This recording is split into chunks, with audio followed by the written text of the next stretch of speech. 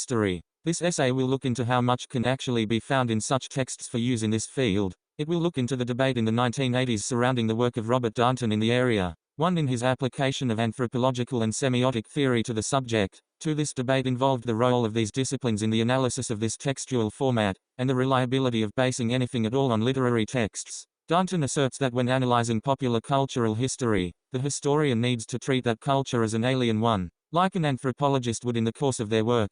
3. When applying anthropological techniques to the examination of literary texts, the differences between the two disciplines should be borne in mind. Anthropology uses much more than texts when analyzing cultures. It uses immersion in the culture. It interviews and observes living people and communities, interacting in ways that are not possible with any but the most recent history. It does not depend on one source for its interpretation, or indeed on one type of source. This means that anthropology can only be partially applied to history. History has to depend solely on texts. Every text is subjective due to the fact it has actually been written by someone. Each and every text is, to one extent or another, infused with the author's ideology, for while this can be a hindrance for historians working in many other forms of history, for the purposes of the use of literary texts as a source for popular cultural history, this subjectivity is a tool that may be used to great effect, rather than a hindrance. The author's prejudices, ideologies and beliefs provide a window into how people thought at the time of writing. The literature itself, like all literature, was aimed at a specific audience who thought in a particular way.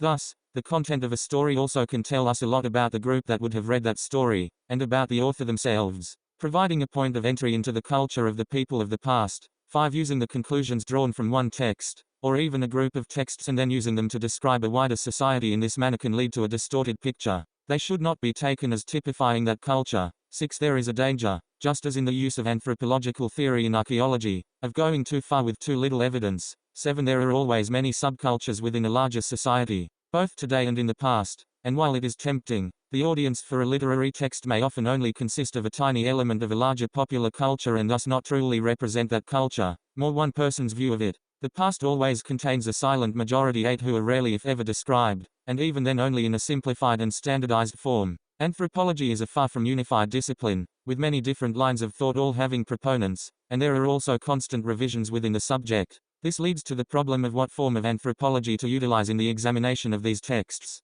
Does the historian, and/or anthropologist, place the emphasis on the native's point of view or on a mode of conceptualization that is not the native's own? 9. Or on both the material and symbolic? Is anthropology even suitable to use in order to understand the popular culture of, say, 300 years ago? Were these other people and their culture as other to us as Darnton asserts? The answer to this is more complicated than a simple yes or no. The people of the past in some ways thought in a similar fashion to those today, but they also thought very differently in other ways. Their world was both familiar and unfamiliar to us in equal measures. Darnton's case study of the story of the Great Cat Massacre of Rue Saint-Séverin has provided the basis for most of the subsequent discussion of this ethnographic method of history. 11. The story is told from the point of view of Jerome, a senior apprentice at the workshop of a Parisian printer. It tells of the terrible conditions endured by him and his fellow apprentice Léville, and of how they exact revenge on their master. They do this by keeping him and his wife awake at night with cat calls, leading the master to order them to kill the alley cats. They proceed, along with the journeyman, to first of all kill the mistress Pet Pussy and conceal the evidence before going on to have a burlesque trial and execution of the other cats.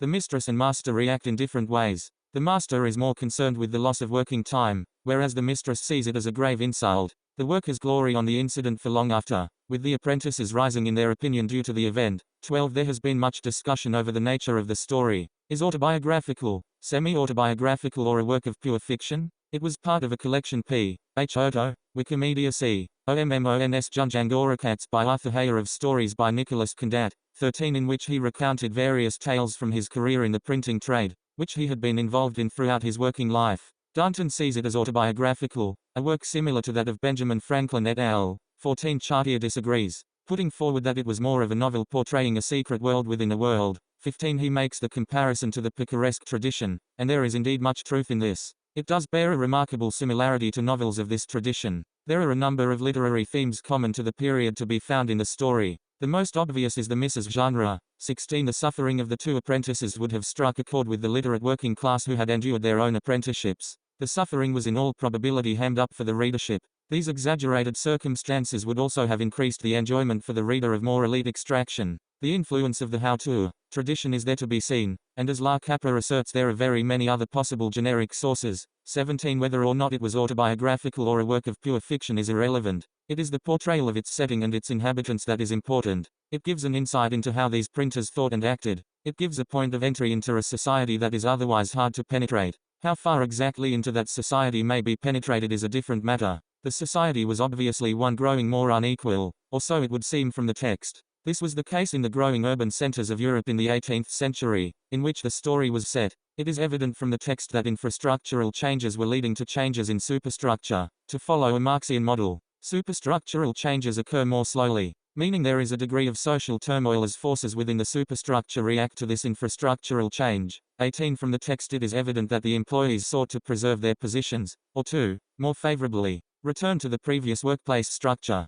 This desire to return to a perceived golden age, real or not, was common in all popular unrest in the early modern period, from the Buncha revolt to the bread riots in France. The journeymen were unhappy at their loss of status in the workplace, lack of job security and the lack of prospects at ever attaining the level of master craftsman, now the preserve of the increasingly distant bourgeois. The apprentices' hardships were greater than those of the journeymen, and they were the instigators of this prank against the master and his household. The mistress put it succinctly when she exclaimed, "These wicked men can't kill the masters, so they have killed my pussy." 19 La Capra points out that they have victimized helpless creatures in order to get at the perceived source of their difficulty, that is those more powerful than themselves. 20 This is a point on which Danton, Chartier and La Capra all agree. Where they disagree is on the level of meaning attached to the actions by those involved. Danton has the participants as astute manipulators of a vast range of polysemic symbols in order to exact revenge on many levels without going into open rebellion. 21 He backtracks a little in 1986, saying, "I do not mean to imply that all the workers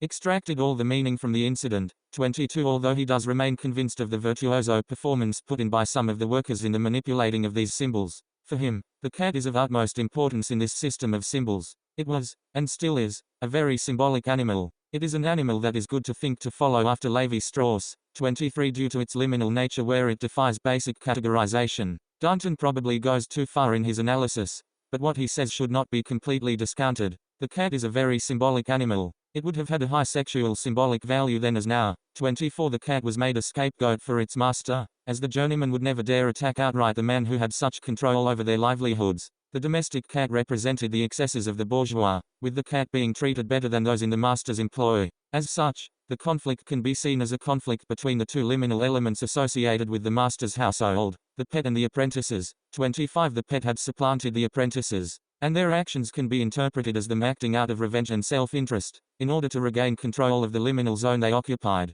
Conversely, the incident also saw them move further away from the household, as their actions led to them being accepted into the opposing social zone occupied by the journeyman. The fact that the incident was thought to be so funny has proved puzzling for those analyzing the story. How so? Cruelty towards cats is still, even in the present day, thought funny by some. 26 Cats are still thrown on bonfires at Halloween and suffer regular acts of random cruelty. They are still disliked and distrusted by many today. Perhaps if Danton consulted sociological sources on the matter, he might realize that the people of the past were a little less different than he thinks. The author's feelings of mirth may also stem as much from the increased social status he gained from the incident as well as the actual acts themselves. Danton's assertion that the participants deftly melded actions from a number of their popular festivals in order to increase the symbolic impact of their actions. 27 And that by killing the cat they called the master's wife a witch and a slut. 28 is possibly bringing the analysis too far. The application of symbolic values from differing periods of time to this particular story is risky. It cannot be said that what one thing meant to someone in the 16th 05 Sheeran Web Gollwitzer Goal Intention Implementation. For this publication at ResearchGate.net.